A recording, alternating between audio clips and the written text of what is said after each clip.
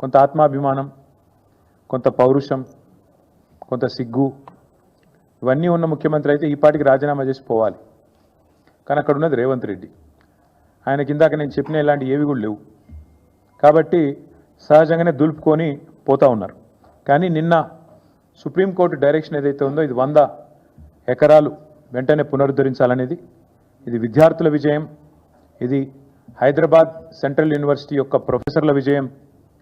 నిజంగా చెప్పాలంటే ఈ రాష్ట్రంలోని, ఈ దేశంలోని పర్యావరణ ప్రేమికుల విజయంగా చెప్పక తప్పదు. ఇవాళ ప్రపంచవ్యాప్తంగా దేశంలోనే కాకుండా వివిధ దేశాల్లో ఉండి ఈ అంశం పట్ల స్పందించిన ప్రతి ఒక్కరికి, రేవంత్ రెడ్డి సర్కార్ చేసిన పర్యావరణ విధ్వంసం మీద గలమెత్తిన ప్రతి ఒక్కరికి, వారికి మద్దతుగా నిలబడ్డ ప్రతి ఒక్కరికి కూడా హృదయపూర్వకంగా నా ధన్యవాదాలు, మా పార్టీ తరఫున వారికి అభినందనలు. అయితే ఇక్కడ కంచెగచ్చిబౌలి అటవీ భూముల్లో విధ్వంసాన్ని ఆపి పర్యావరణాన్ని పునరుద్ధరించాలని చెప్పినందుకు సుప్రీంకోర్టుకు కూడా వారికి హృదయపూర్వకంగా మా ధన్యవాదాలు. సిఎస్ గారితో పాటు రాష్ట్ర చీఫ్ వైల్డ్ లైఫ్ వార్డెన్కి ఆదేశాలు ఇవ్వడం, అది కూడా నేరుగా సుప్రీంకోర్టు ఇవ్వడం అంటే మరి దానికి మించిన ఇంకో వేదిక లేదు. కాబట్టి తప్పకుండా రాష్ట్ర ప్రభుత్వానికి కూడా ఇది అమలు చేయక తప్పదు. అట్లాగే క్షేత్రస్థాయిలో పర్యటించి ఆ సిఈసి సెంట్రల్ ఎంపవర్డ్ కమిటీ ఏదైతే ఉన్నదో అందరినీ కలిసి వాస్తవాలను వెలుగులోకి తెచ్చినందుకు వారికి కూడా హృదయపూర్వకంగా మా ధన్యవాదాలు. మరి ఇందులో నిన్న సెంట్రల్ ఎంపవర్డ్ కమిటీ రిపోర్టు మీరు ఎంతమంది చూశారో లేదో నాకు తెలియదు. ఎంత తీవ్రంగా ఉంది అంటే సుప్రీంకోర్టు అపాయింట్ చేసిన సాధికార కమిటీ ఇది. ఆ కమిటీ యొక్క రిపోర్ట్లో, కమిటీ వారు అపాయింట్ చేసిన రిపోర్ట్ నా దగ్గర ఇక్కడ ఉంది, వాళ్ళు ఇచ్చిన రిపోర్ట్ ఉంది.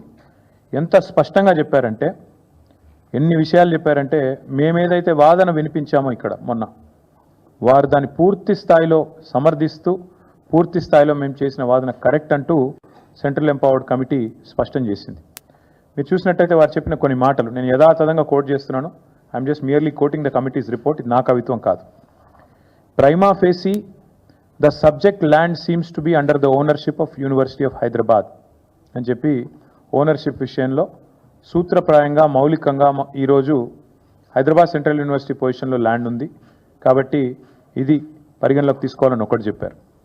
రెండవది వారు చెప్పిన మాట, until the ownership and legality of the land use are settled by this honorable court, all ongoing or proposed actions to mortgage, lease or commercially exploit the land by TGIIC may be stayed by this honorable court to prevent further financial and legal complications.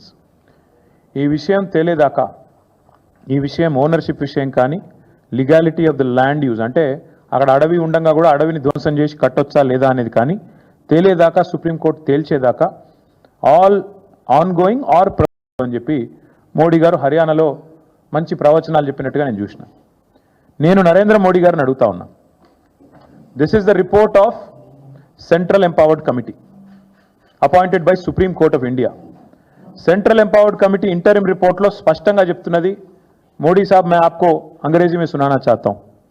Central empowered committee जो कि supreme court से appoint किया गया, उन्होंने साफ साफ कहा कि इन view of the seriousness of the violations and potential financial impropriety, an independent investigation by any specialized agency may be ordered.